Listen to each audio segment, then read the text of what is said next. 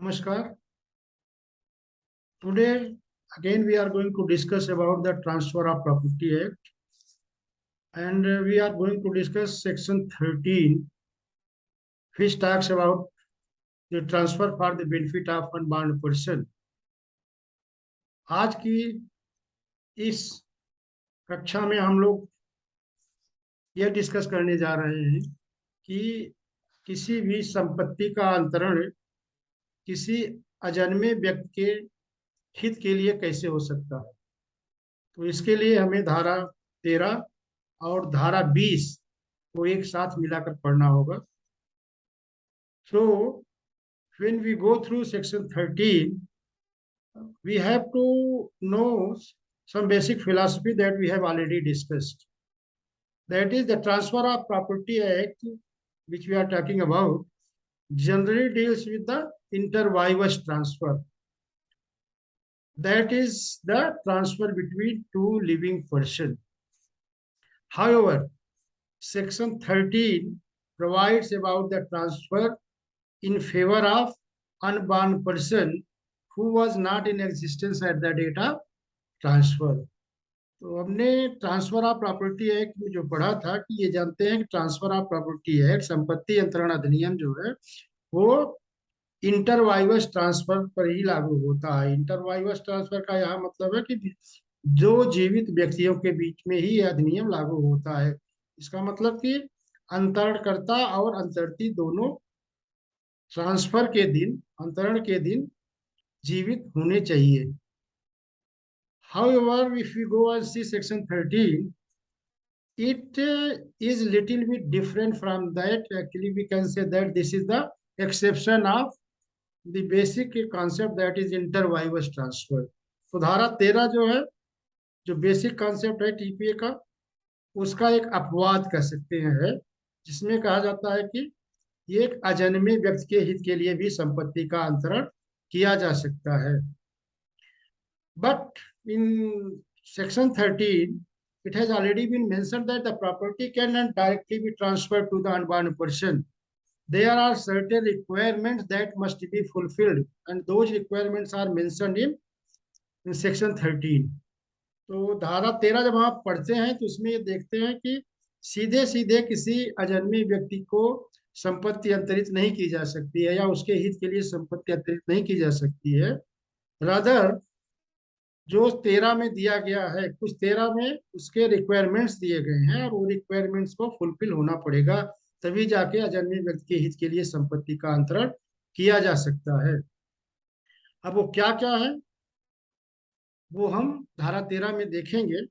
जब हम धारा 13 पढ़ते हैं तो उसमें ये दिखता है कि कुछ वर्ड लिखे गए हैं। तो पहले हम पढ़ लेते हैं धारा 13, उसके बाद आगे बढ़ते हैं। तो section 13, the heading of section 13 says transfer for the benefit of unborn person. So अजन्मे व्यक्ति के हित के लिए संपत्ति का अंतरण। The section says whereon a transfer of property and interest therein is created for the benefit of a person not in existence at the date of transfer, subject to a prior interest created by the same transfer, the interest created for the benefit of such person shall not take effect unless it extends to whole of the remaining interest of the transferor in the property. तो ये धारा 13 में कहा गया है, लेकिन धारा 13 में एक वर्ड यूज हुआ है, the person to whom property is being transferred at the date of transfer he is not in existence, कि जिस व्यक्ति को संपत्ति का अंतरण किया जा रहा है वो व्यक्ति संपत्ति अंतरण के दिन अस्तित्व में नहीं है। ये वर्ड नहीं यूज किया गया है कि वो जन्म नहीं लिया है, रादर क्या वर्ड यूज है, he is not in existence at the date of transfer. So यहाँ एक सवाल ये उठता है कि when we can consider that a person is in existence. तो धारा 13 में जब हम पढ़ते हैं तो उसके अनुसार एग्जिस्टेंस का मतलब ये होता है, if a child, because section 30, if a child comes into mother womb, then he shall be deemed to be in existence. So as I told you, section 13 will not be read in isolation. धारा 13 को हम अकेले नहीं पढ़ेंगे, rather it will be read with section 14 and 20 together. So section 13 read with section 14 and 20। तो धारा 13 को पढ़ने के साथ हम धारा 20 और धारा 14 को भी साथ में मिलाकर पढ़ेंगे, तब इसकी मीनिंग क्लियर होगी। तो हमने देखा कि धारा 13 में क्या क्या कहा गया है। जब हम धारा 13 देखते हैं तो ये पाते हैं कि इसमें कुछ तत्व हैं, जो तत्व अगर पूरा नहीं किए जाएंगे, इसके कुछ आवश्यक तत्व हैं, उनको जब तक पूरा नहीं किया जाएगा तब तक संपत्ति का अंतरण किसी अजन्मे व्यक्ति के हित के लिए वैध नहीं होगा। तो एज पर section 13 what are the ingredients? Actually if we read section 13, only two ingredients are mentioned there. What are those? The transfer for the unbound person must be preceded by a prior interest in favor of a person who was in existence at the date of transfer. इसका मतलब ये हुआ कि किसी अजन्मे व्यक्ति को यदि संपत्ति का अंतरण किया जाता है या उसके हित के लिए संपत्ति का अंतरण किया जाता है, तो पहला काम ये होगा, पहला फर्स्ट ऑफ ऑल ट्रांसफरर जो है, जो अंतरण करता है, वो एक पूर्ववर्ती हित किसी ऐसे व्यक्ति के पक्ष में अंतरित करे जो कि ट्रांसफर के दिन एग्जिस्टेंस में था। यहाँ एग्जिस्टेंस का मतलब एटलीस्ट वो अस्तित्व में था, जीवन। एक आप लेमैन की लैंग्वेज में अगर आप समझें तो वो आदमी जिसके फेवर में पूर्ववर्ती हित अंतरित किया गया है वो उस दिन जीवित था। ओके, तो और दूसरा तत्व क्या है, second element, that only absolute interest can be transferred in favour of unborn person. Means यदि अंतरणकर्ता किसी अजन्मे व्यक्ति को संपत्ति का अंतरण करना चाहता है तो पहला रिक्वायरमेंट है कि वो किसी ऐसे व्यक्ति के पक्ष में पूर्ववर्ती हित अंतरित करे जो उस दिन जीवित है। और दूसरा क्या है कि दूसरा वो सारे सारे हित, you can say absolute interest must be transferred in favour of unborn person. Means जो भी हित निहित है अंतरणकर्ता को उस संपत्ति में, वो सारे के सारे हित जो है वो अंतरती को अंतरित करना पड़ेगा। उस पर कोई कंडीशन नहीं लगाना चाहिए। अगर कोई कंडीशन ट्रांसफरर ने अगर कोई कंडीशन लगा दिया है, then that transfer will not be deemed to be valid in favor of unbound person. So absolute, complete, पूरा हित अंतरित होना चाहिए। ये दोनों इंग्रेडिएंट जो है वो सेक्शन 11 में नहीं थे। अब यहाँ तो एक बात आई कि क्या अंतरण किसी अजन्मे व्यक्ति के पक्ष में किया जा सकता है?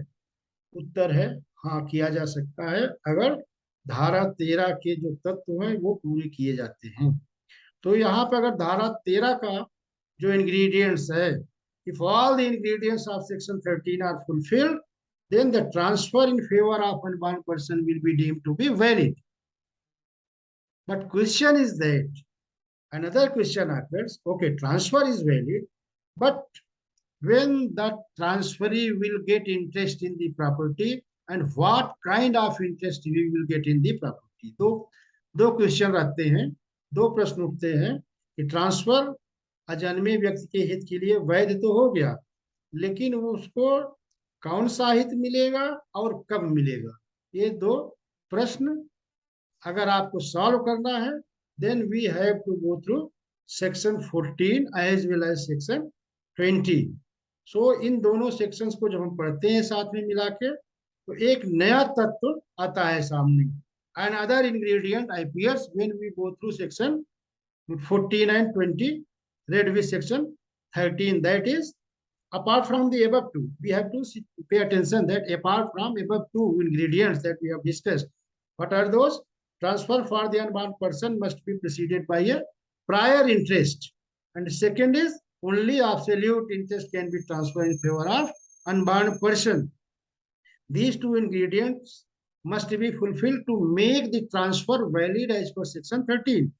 धारा 13 के अंदर अगर संपत्ति का अंतरण किसी अजन्मे व्यक्ति के फेवर में करना है तो तभी वैध होगा जब ये दोनों तत्व पूरे होंगे।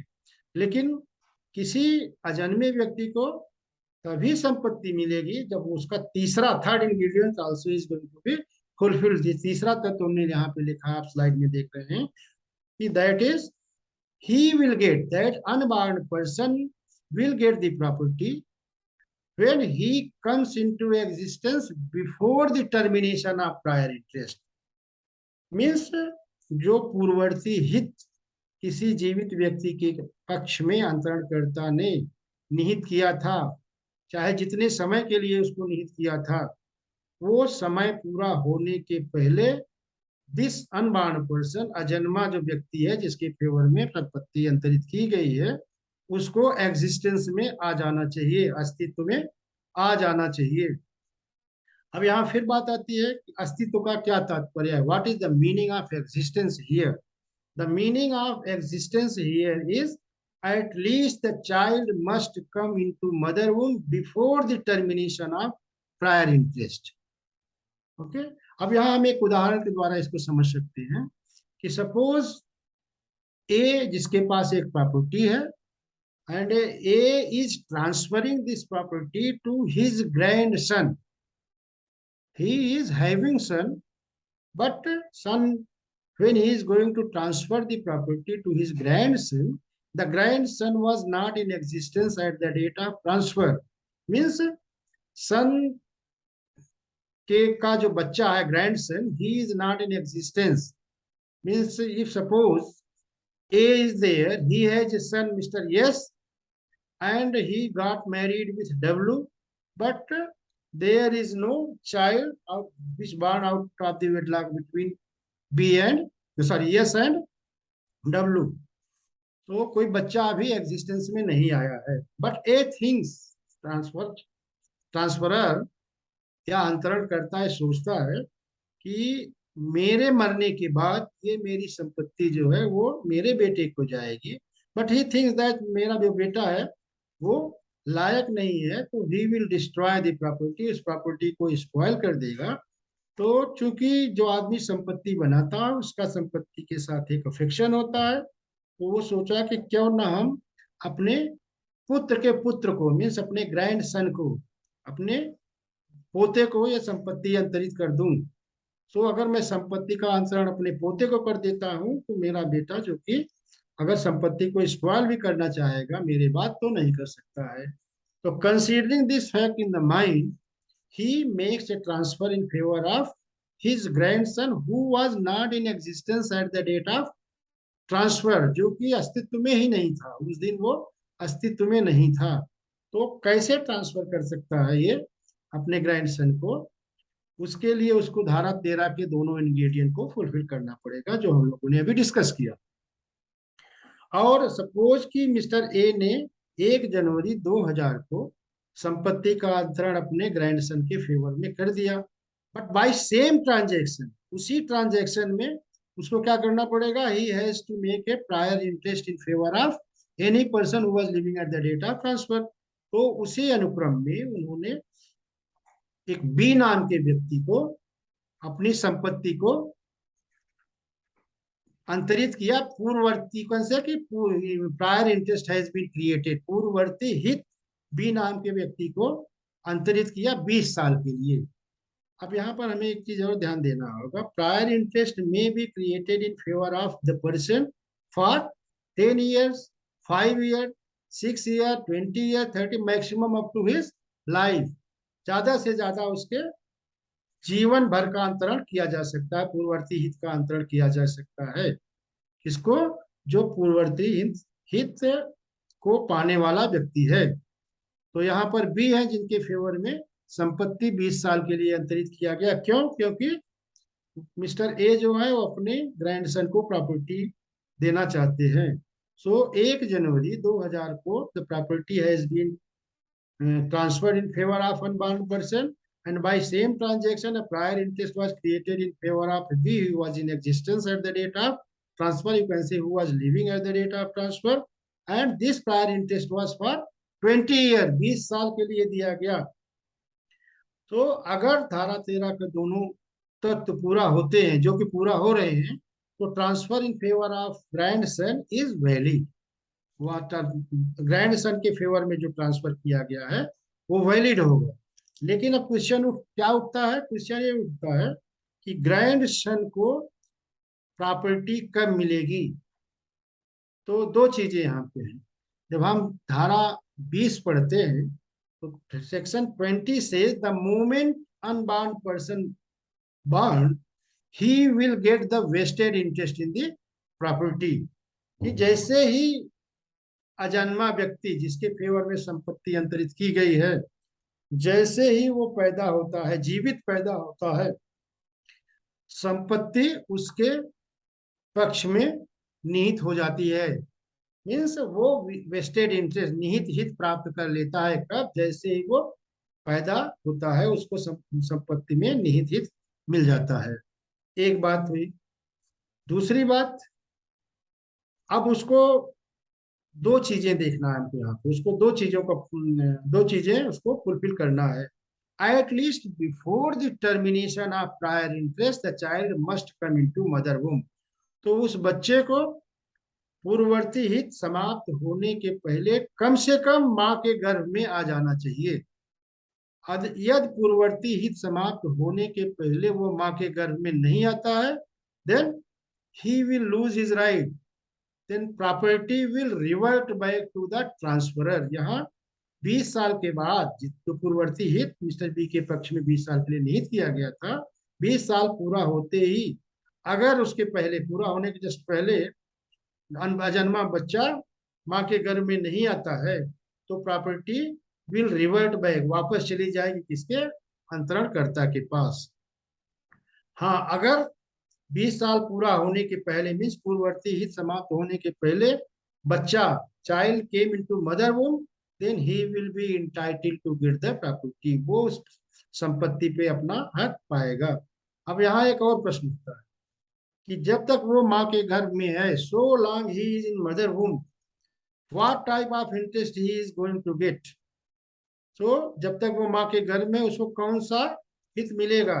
क्या वो वेस्टेड इंटरेस्ट मिलेगा, या फिर he is going to get the contingent interest, whether he is getting vested और कंटीजेंट इंटरेस्ट, क्या उसको निहित हित मिलेगा या समाश्रित हित मिलेगा। तो यहाँ पे एक चीज हम क्लियर कर देते हैं कि जब तक वो माँ के गर्भ में है, तो बच्चा को क्या मिलेगा, he will get only contingent interest. So long the child is in mother womb, he will get only the contingent interest. उसको क्या मिलेगा, केवल contingent interest मिलेगा, समाश्रित हित ही उसको मिलेगा जब तक वो माँ के गर्भ में है। But the moment he borns alive, जैसे ही वो जिंदा पैदा होता है, he will get the vested interest in the property as mentioned in section 20 of the Transfer of Property Act 1882।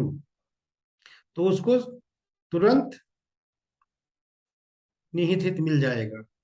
अब यहाँ एक प्रश्न ये उठता है कि मिस्टर ए जो संपत्ति के ओनर थे, स्वामी थे, जिन्होंने अपने ग्रैंडसन को वो प्रॉपर्टी अंतरित की है, और उस डेट को, जिस दिन वो आदमी अस्तित्व में ही नहीं था, means ultimate beneficiary that is grandson, he was not in existence at the date of transfer, अस्तित्व में नहीं था, और मिस्टर ए का बेटा जो यश था वो तो अस्तित्व में था ही, वो बट बिकॉज उसका एटीट्यूड नहीं ठीक था, that's why he was not interested to give the property to his son, rather he was interested to transfer the property to his grandson. अब यहाँ बात आती है कि सपोज वो child before the termination of prior interest came into mother womb, the moment he came into mother womb before the termination of prior interest, he will get the contingent interest in the property. Okay, उसको समासित हित ही मिलेगा जब तक वो माँ के गर्भ में है। और सपोज माँ के गर्भ में रहते हुए बच्चे की डेथ हो जाती है, तो प्रॉपर्टी कहाँ जाएगी, संपत्ति कहाँ जाएगी? गर्भ में रहते हुए बच्चे की अगर मृत्यु हो जाती है तो संपत्ति कहाँ जाएगी? Then property will revert back to the transferor, that is Mr. A. If child is in mother womb and he dies, the property will revert back to the transferor. Okay.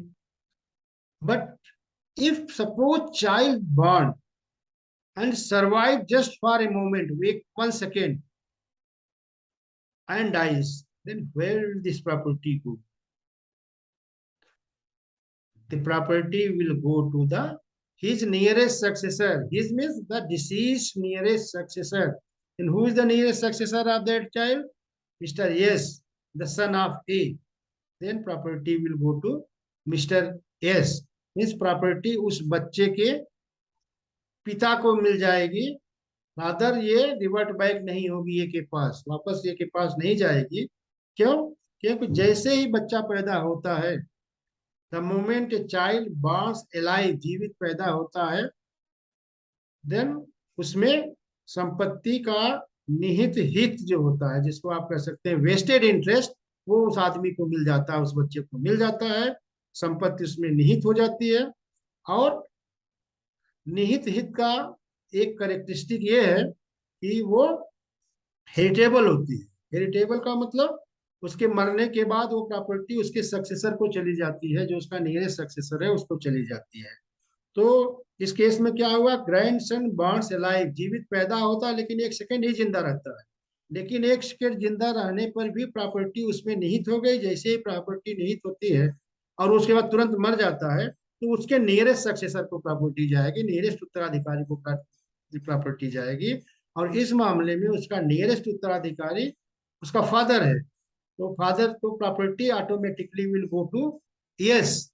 और यस को, जिसको कि mister A was not interested to give, mister A नहीं देना चाहते थे property yes को, क्योंकि यस जो थे वो लायक नहीं था। But here the son of mister S, that is grandson of mister A, after his death give the property to his father, उसको मिल जाती है। तो ये चीज यहाँ पे हमको ध्यान रखना है। तो कुछ हमने यहाँ पे कॉन्सिक्वेंसेस लिखे हैं। If the child does not come into existence before the termination of prior interest, the property will revert back to the transferor. That as I already explained, कि अगर सपोज करते हैं कि प्रायर इंटरेस्ट, पूर्ववर्ती हित समाप्त होने के पहले अगर बच्चा माँ के गर्भ में नहीं आता है तो क्या होगा, तो जो संपत्ति वापस अंतरणकर्ता को चली जाएगी। लेकिन if child comes in mother womb prior to the termination of prior interest but does not born alive, the property will revert back to transferor after his death. That has already been explained. Means यदि संपत्ति पूर्ववर्ती हित का समय समाप्त होने के पहले बच्चा माँ के गर्भ में तो आ जाता है, लेकिन वो जीवित पैदा नहीं होता है, तो भी संपत्ति अंतरणकर्ता को वापस चली जाएगी। थर्ड क्या है, if the child born alive but survive just for a second, जैसे मैंने आपको एक्सप्लेन किया कि अगर वो 1 सेकंड ही जिंदा रहता है, after that he dies, then property will not revert back to the transferor. Property जो है वो चूंकि इस बच्चे में निहित हो गई है, वो जीवित पैदा हुआ था, तो उसके मरने के बाद वो सीधा उसके उत्तराधिकारी को चली जाएगी। It will not revert back to the transferor. तो एक और चीज है यहाँ पे आती है, उसको भी हम ध्यान देते हैं कि सपोज करते हैं कि वो व्यक्ति जिसके फेवर में हमने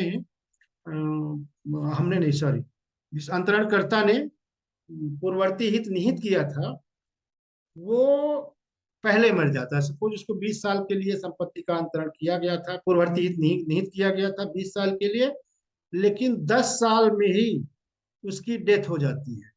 और उसकी डेथ के जस्ट पहले तक अगर बच्चा माँ के गर्भ में नहीं आया है, then that person, that this unborn child will lose his right also.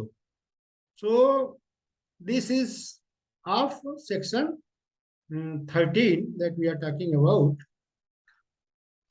One case is there, that is important case, that is known as Girjesh Dutt versus Data Deen. In this case, the court held that if absolute interest has not been transferred in favor of ultimate beneficiary, that is unborn person, then the transfer in favor of prior interested person is valid, but in favor of unborn person is void. Okay. So what here we are getting, that if transferer अगर अंतरणकर्ता ने absolute interest unborn person के favour में transfer नहीं किया गया, पूरा का पूरा हित अगर अनबाउंड पर्सन के फेवर में ट्रांसफर नहीं किया है at the date of transfer, then क्या होगा कि जो अंतरती है इस केस में अनबाउंड पर्सन, जिसको हम अल्टीमेट बेनिफिशियरी भी कहते हैं, उसके फेवर में जो ट्रांसफर किया गया है that will not be considered a valid transfer, वो एक वैध अंतरण नहीं माना जाएगा। अब केवल और केवल पूर्ववर्ती हित जो निहित किया गया था दूसरे व्यक्ति के फेवर में, वहां तक तो ठीक है, वहां तक दैट विल बी वैलिड, वहां तक वो वैध होगा, उसके बाद वो अवैध माना जाएगा। एक और चीज इसमें बात करने की है, that is the section permit single possibility but prohibits double possibility. The section permit single possibility but prohibits double possibility. इसका क्या मतलब हुआ? इसमें एक केवल एकल संभावना को ये सेक्शन परमिट करता है, एक से अधिक संभावनाओं को ये परमिट नहीं करता है। अब इसको हम उदाहरण के तौर पे समझते हैं तो समझ में आ जाएगा। Suppose there is mister A who is transferring a property in favour of an unborn person and by same transaction created a prior interest in favor of Mr. B for 20 years, and it has been mentioned that the unbound will get the property after attaining the age of 20 years, then that will not be a valid transfer. इसको जब हम section 14 के साथ मिलाकर पढ़ते हैं तो चीजें और क्लियर हो जाती है। क्यों? कि एक तो अभी वो अजन्मा बच्चा, ही is not in the existence, and second is that if you impose condition also, then condition is also deemed to be void. So section 13 read with section 14 says कि can double possibility be permitted? तो section ये कहता है कि no, double possibility can not be permitted, only single possibility can be permitted. Single possibility का यहाँ तात्पर्य ये है, एकल संभावना का तात्पर्य यहाँ पर यह है कि जो बच्चा जिसके फेवर में संपत्ति अंतरण की गई है वो भी अस्तित्व में नहीं है, और एक संभावना है कि वो अस्तित्व में आएगा। और अगर एक आदमी संपत्ति इस तरह से अंतरण करता है कि मैं अपनी संपत्ति अपने ग्रैंड सन को अंतरित करता हूँ और उसके बाद उसके सन को अंतरित करता हूँ, तो यहाँ पर दो चीजें आती है। एक तो डबल पॉसिबिलिटी की बात आती है कि अभी जिसके फेवर में संपत्ति अंतरण की गई है वही अस्तित्व में नहीं है, और उसके बाद अगर वो अस्तित्व में आएगा तो उसके बाद उसके सन को जाएगा। यहाँ डबल पॉसिबिलिटी की बात आती है, और डबल पॉसिबिलिटी को सेक्शन परमिट नहीं करता है। ओके, सो आज के लेक्चर में बस इतना है। We have finished section 13, how a property can be transferred in favour of unborn person, what are the requirements that we have discussed here. आगे के क्लास में हम डिस्कस करेंगे क्या, what is the meaning of rule against perpetuity, इसको हम हिंदी में शाश्वतता के विरुद्ध अंतरण की बात करेंगे। So thank you very much, धन्यवाद।